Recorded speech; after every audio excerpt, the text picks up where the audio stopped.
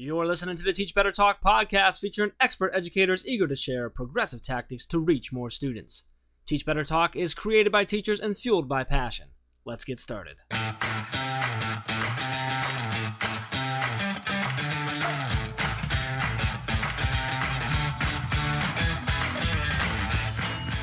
Hey everyone, welcome to episode 157 of Teach Better Talk. I'm Ray Hewart, and as always, I am with my vacationing friend, Jeff Vargas.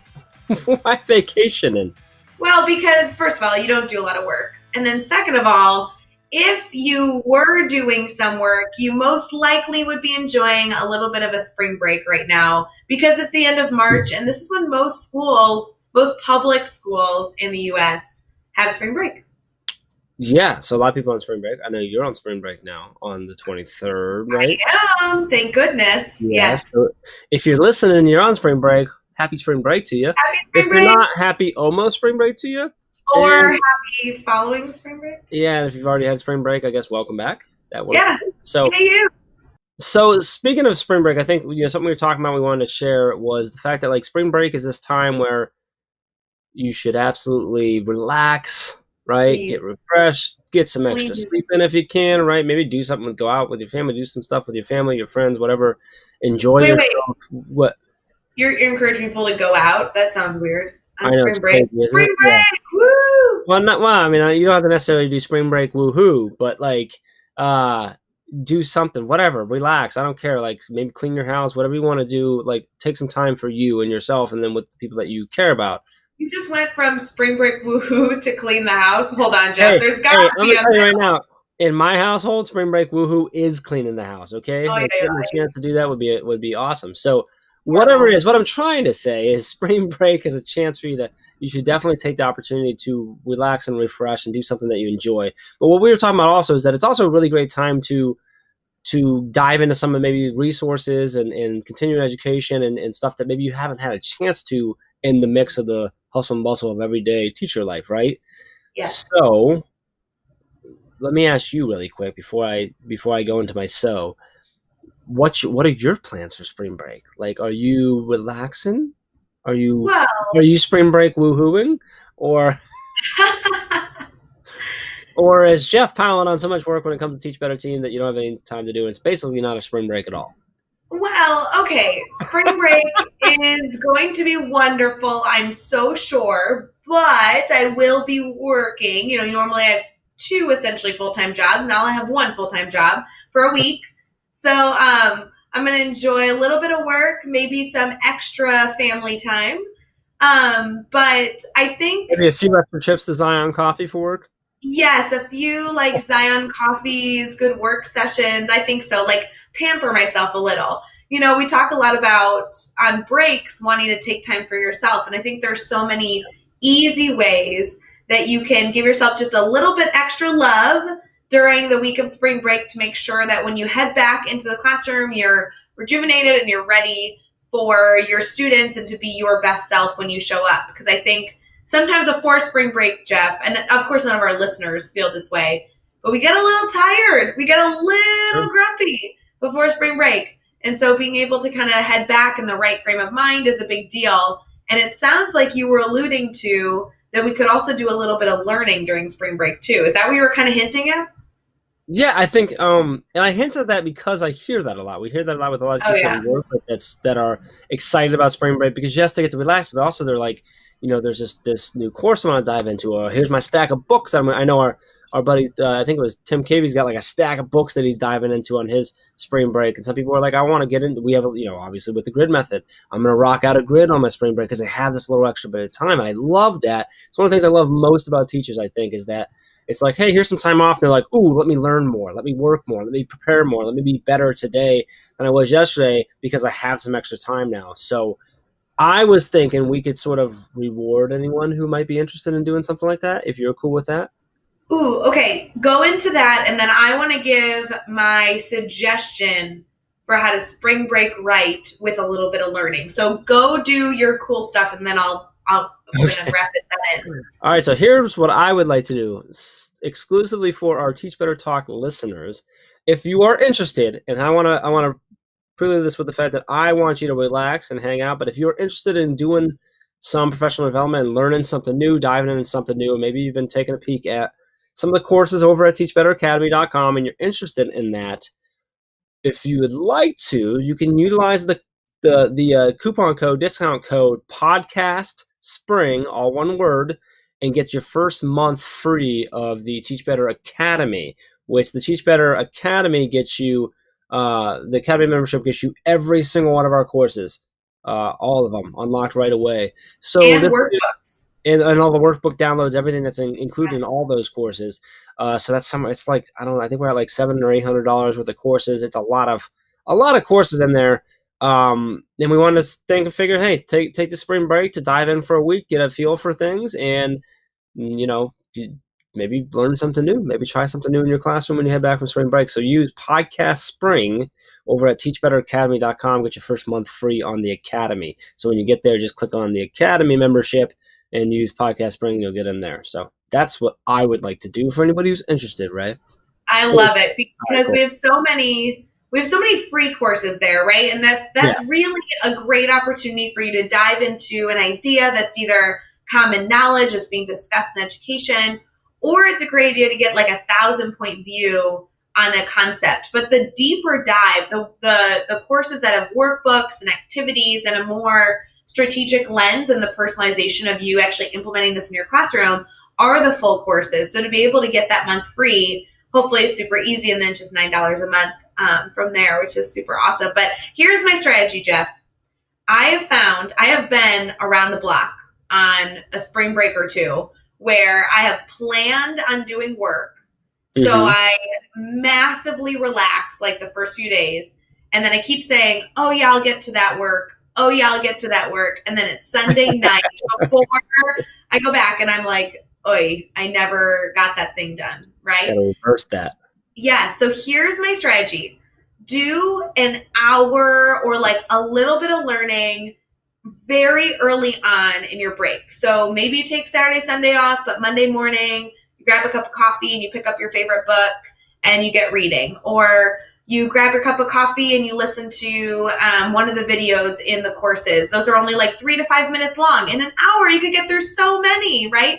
So like the opportunity to learn shouldn't just come at the end. You want to keep your brain moving. You want to spend massive amounts of time on things that you enjoy and that you love.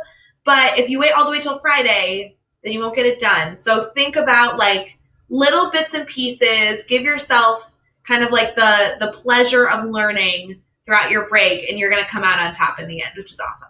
That's great advice. Yeah, get the work done, get it knocked out, finish it up, and then you can get to relax. And then that way you're finishing your spring break with relaxation going, and then you're more re-energized to get back into the classroom at that point. So. And you've gotten your brain thinking bright and early in the morning. So then when you relax, your brain is in a really good space to kind of give you optimal enjoyment time, which is great. Love it. Awesome. Love it. Awesome. All right, let's talk about this episode. Wait, really quick. What's that code again for Teach Better Academy membership? Podcast Spring. Podcast Spring. I just want to congratulate you, Jeff. That is so original and creative. We are we're so thankful. Wow, Podcast Spring. How did you come up with that? The amount of times you must thank your lucky stars that you got me is just so thankful. Yes, it's great. So I've been trying to get Chad or Caitlin or Becky or Andrew or Megan or really anyone else to host with me, and they keep saying no. I don't know why. Anyway, let's talk about this episode. Brian Bates is the digital learning coordinator for the Learning Technology Center of Illinois. Refers to it, the LTC. He works at the statewide organization. He works with teachers all over the state, working on events and programs and building resources to support digital learning. And that includes things like digital citizenship, emerging technologies, instructional issues and trends, integrating technology, and just those best practices for utilizing technology in the classroom. Brian spent 9 years at the middle school level as a math and science teacher. He was also administrator for a small stint as well, and he talks about that. Really great value in here. I enjoy being able to dive into Brian's mind as someone who provides professional development, but also hearing about I really enjoyed his failure story and what he got from that. I think it's really, really valuable. So I'm excited for people to learn from Brian in this episode. Anything from you, Ray? Brian has such an amazing background, such a great expertise. I've so enjoyed getting to know him. But we have a special bond. We actually taught in the same classroom. So I feel like him and I are we're on a cool level in our friendship. So I hope you guys choose to connect with him. He really is trying to make massive change, especially in the state of Illinois. So definitely go connect as you enjoy the episode. With that, let's get into episode 157 with Brian Bates. Hey everyone, we're going to get right back to the episode, but I wanted to make sure you had the details of what the team is continuously doing to support all of the educators that are striving to reach their students at a distance. Now, while we will continue to push out content like blogs, podcasts, free downloads, and online courses to support you, we wanted to do more. So you can meet our team live Monday, Tuesday, Wednesday, Thursday, and Friday in our private Facebook group at 7 a.m. Central, 8 a.m. Eastern for a daily drop-in. During this time, we'll be providing PD for all educators and answering your questions to make sure you feel supported. We'll meet you over in our private Facebook group. You can request to join at teachbettergroup.com or simply by searching Teach Better Team on Facebook. We'll meet you there. Now, let's get back to the episode. All right, we're here and we are chatting with Brian Bates. And Brian, it is awesome to have you on the show tonight. Thank you so much for taking some time to hang out with us.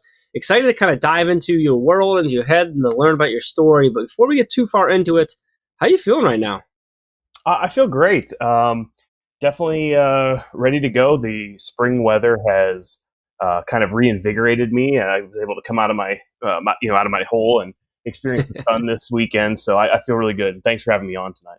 Brian, I was so excited when I saw your name because we were able to hang out in person just a few weeks ago, and it's now great to have you on the podcast. That's right. Yeah, we've crossed, well, not really crossed paths, but come close to crossing paths several times. So it was nice to finally meet you in person and have that opportunity to connect. I know. I was trying to tell Jeff how we knew each other, and I'm like, we'll have to get into the podcast. It's so convoluted. Oh, yeah, that's a good story. It's true. Well, before we get into our story or all the amazing insight that you're going to share on this podcast, would you mind kind of telling our listeners a little about yourself and kind of what you do? Sure. So currently I'm the digital learning coordinator with the Learning Technology Center of Illinois. We like to call it LTC.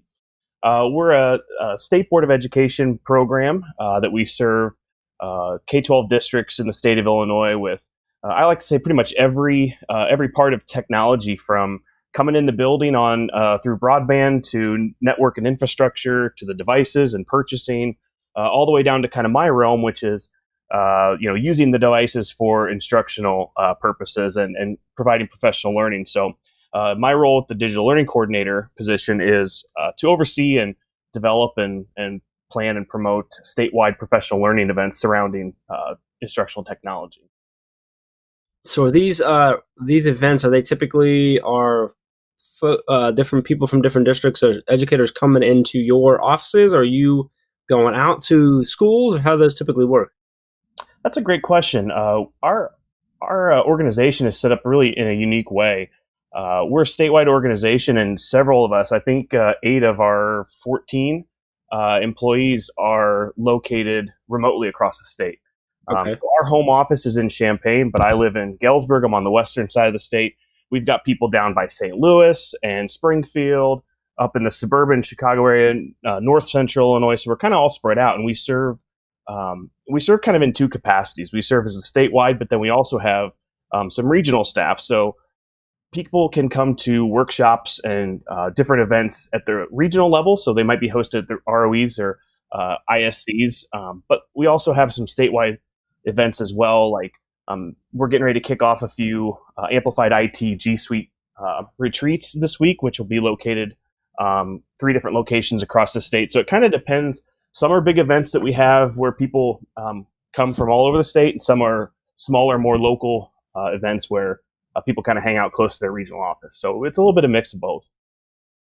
Very cool. Okay, that's awesome. That's a neat setup. I like that it's across the whole state, so you're able to service the entire state there. That's without too much travel with people. So, so let's talk about failure for a second. There's something we love to talk about on this podcast a lot. I love hearing these stories about overcoming failure and then learning from it. So can you share a story with us about a time that you've had a failure in your life? Kind of take us there with you. What happened? How did you overcome it? And then what did you take away from that experience? Sure. Yeah, this is a tough one. It's always hard to, it always kind of gets hard to talk about your failures. And I kind of lump this as not necessarily always a failure, made a mistake. I finished my Ed Leadership Master's program. I'd had some leadership opportunities in the district that I was working at a few years ago. And it just felt like, the natural thing. It's what you're supposed to do. You teach for a while, you get your master's, and you go on to administration. And I made the decision to jump ship, and I went into an assistant principal role. And I found out really quick that administration and most importantly, being that kind of a school disciplinarian really was not my strength or something I really enjoyed doing. It was a little bit before Senate Bill 100 came along, and before we started to have some of those serious conversations around SEL and trauma-informed practices and things like that. And I found myself really torn between what I knew was right versus what board policy or school policy or maybe even expectations of following through on certain disciplinary things.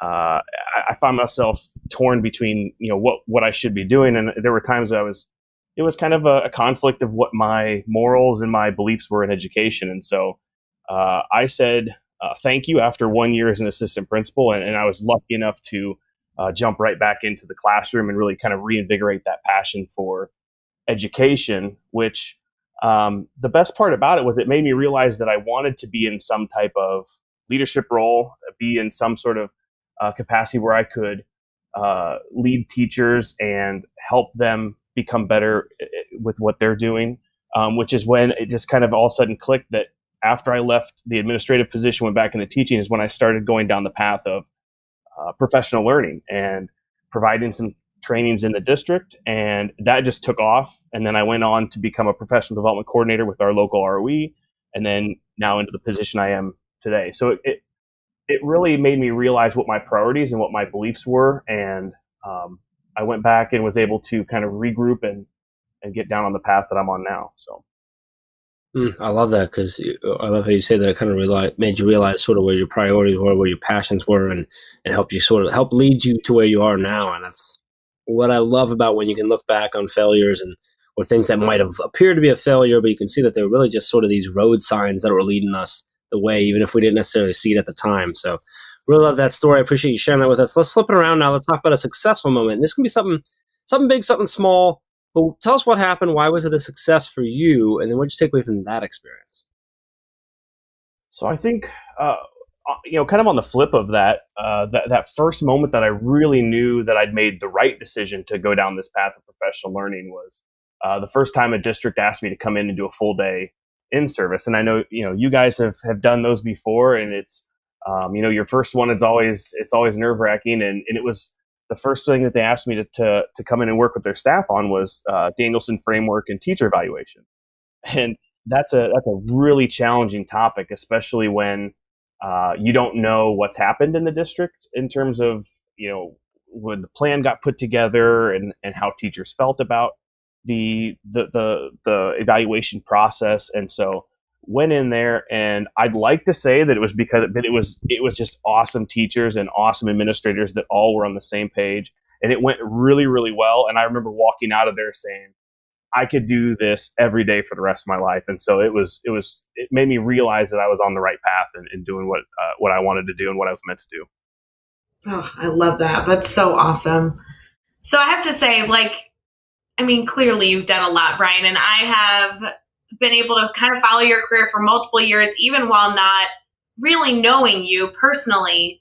But with everything that you've done in education, everything you continue to do, whether it be your role right now or, even in past roles, even while in the classroom, what's kind of fueling your fire and keeping you excited about everything that you're doing? That's a great question. I'm really excited about the fact that there's such a strong shift of ownership of the learning from the teacher to the student. And I can tell you that from my teaching days, I wish I knew then what I know now, because it would have helped me those first 4 or 5 years when I was a teacher of let's follow along with the book and let's make sure we cover chapter 1, section 1, then chapter 1, section 2. And but the shift has gone from teacher to student, and they're the ones that are in control. They're the ones that have the power. They don't have to. We don't have to rely on teachers to be experts anymore, and they just guide the learning. And I think that we're on the cusp of really moving towards that personalized learning. It's not there yet in a lot of areas, but I feel like we're so close to it being complete and total control of what the student learns, how they learn, where they learn, when they learn. And that, I think, is just really exciting.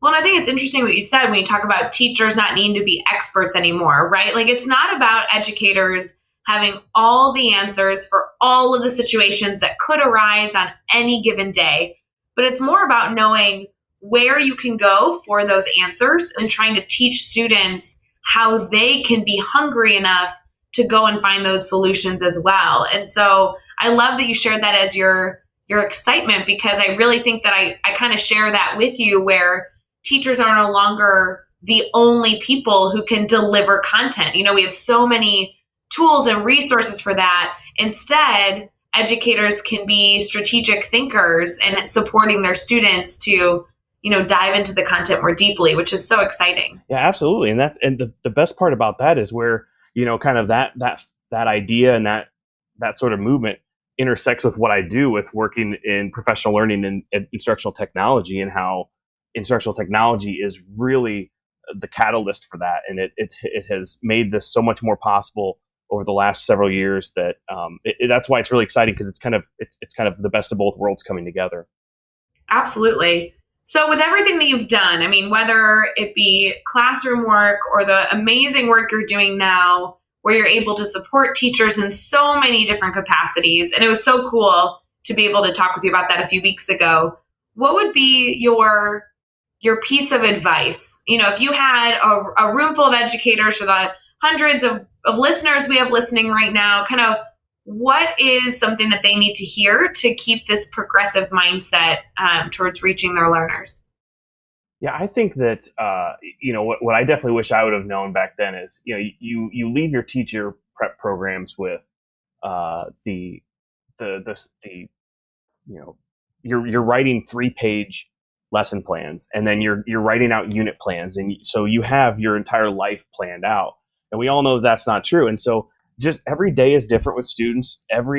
There's always an opportunity to learn, and it doesn't always have to be exactly on pace with what you're doing. So just approach each day like it's different, because every day is different, and go with it. And it's okay that you didn't get to something you were hoping to do.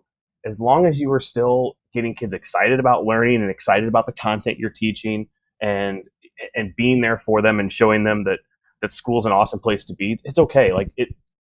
Like I said, chapter 1, section 2 will be there tomorrow. Like, you can get those things the next day. You don't have to try to make those 5-day, those full-on lesson plans work every single day. I love that. That's great advice. That chapter 2 will be there tomorrow. I wanted to throw another one as someone who's involved in professional development for teachers, and someone else curious. This is really pure curiosity, but what do you think, from your lens and your experience, what's the hardest part and most difficult part of creating and providing professional development to educators? I think one of the most challenging things is providing them with something that not only is going to teach them something, but help them create something and help them immediately use it in their class, but then to develop some type of experience that's going to support them after they leave.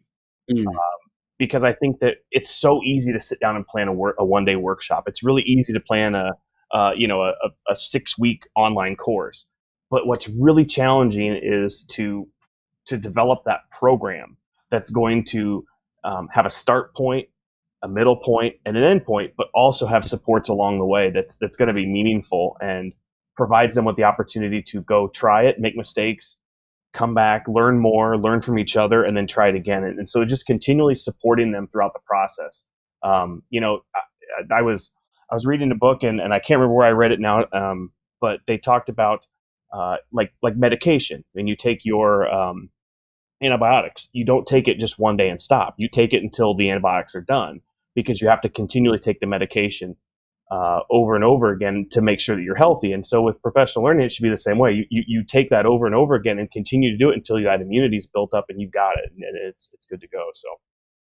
Yeah, I couldn't agree more. I mean, we do a lot of work with districts around the country, and one of our biggest things that we really push and recommend to them is that follow-up piece, because it's you like you said, you can't just do a 1 day or 2 day and be done. It's got to be the support pieces, right? It's not taking medicine one day. It's continually putting in there. And if you really want something to stick and to actually grow and actually change and have true impact in the either the classroom, the building, or the district, it's got to be that continual follow-up, that continual learning. So I appreciate that. I like that sort of dive into your head there. So, all right, let's go to the next one. We're gonna have a little bit of fun here. We're gonna do these next 6 questions, and your goal is to answer each one in 15 seconds or less. Are you ready to go? Yeah, let's do it. What is one ed tech tool you cannot live without? Google Maps. You give us a book you're reading right now. Humble Pie by Matt Parker, and I just finished When by Daniel Pink. Both of them are really good. Who do we need to follow on Twitter or Instagram today? I'm going to go with kind of the people who got me where I am with this certain different things. Matt Miller, he's a great one, at Matt Miller.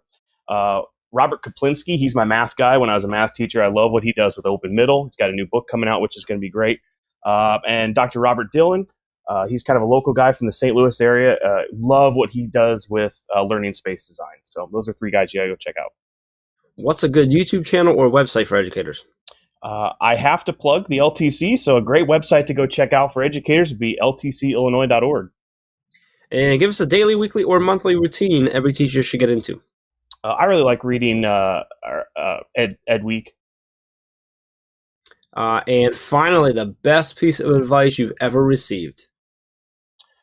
This one comes from my mom. It's there's only one way to eat an elephant, and that's one bite at a time. I know she didn't come up with that, but she's the one who first told it to me, and I've kind of I kind of stick with that when the times are tough or when you got a big task ahead. So I like it. So true. I like that one. I like it. And you know what, Ray? Like we hear a lot of ed tech tools, and a lot of tools, and a lot of similar ones. I don't think we've ever had Google Maps. And when you said that, I immediately went, "Yeah, me neither." Like, yeah, for real. Like, how would we get around? Gotta have my map, right? Yeah. So that's great. Awesome. That's awesome. No, great. That was perfect. I've fallen in love with the augmented reality feature of it. You can just scan the buildings, and it'll help you find your way to where you're walking. I love it. Oh, yeah, I love that. So, Brian, I want to make sure that everyone can stay connected to you and the work that you continue to do. So would you mind sharing your Twitter or your website or kind of anywhere they can go to continue to connect with you? Sure. You can follow me at _Brian Bates and just hang out on our website, ltcillinois.org. Recommend you check out the events portion where you can see what we have coming up. And we have some exciting stuff. We're working on planning next year and some really cool stuff with our summer programs. And we just recently became a Code.org regional partner. So we are amping up and getting ready to do some stuff with Code.org. So a lot of great things happening in the near future with the LTC. Awesome. And you can find all the links, all the resources, everything we talked about in this episode over at teachbetter.com, as well as those links for Connect with Brian and keeping the conversation going, checking out everything that's going on over there with the organization as well. So head over to teachbetter.com for all that in the show notes. Be sure to hit subscribe so you don't miss any upcoming episodes. And if you can give us a rating and review, we'd really, really appreciate that as well. And let's keep taking this one step further. Think of just 3 of your colleagues who need to hear these amazing stories and share this podcast with them. Brian, this was awesome. I'm so excited for people to listen and gain all the value that you shared in this. Really, really appreciate you coming on, sharing your story, having some fun with us, and sharing resources and be willing to connect. So just thank you very much. Oh, thank you so much for having me. This is great. I really appreciate it. And until next time, let's get out there and let's teach better.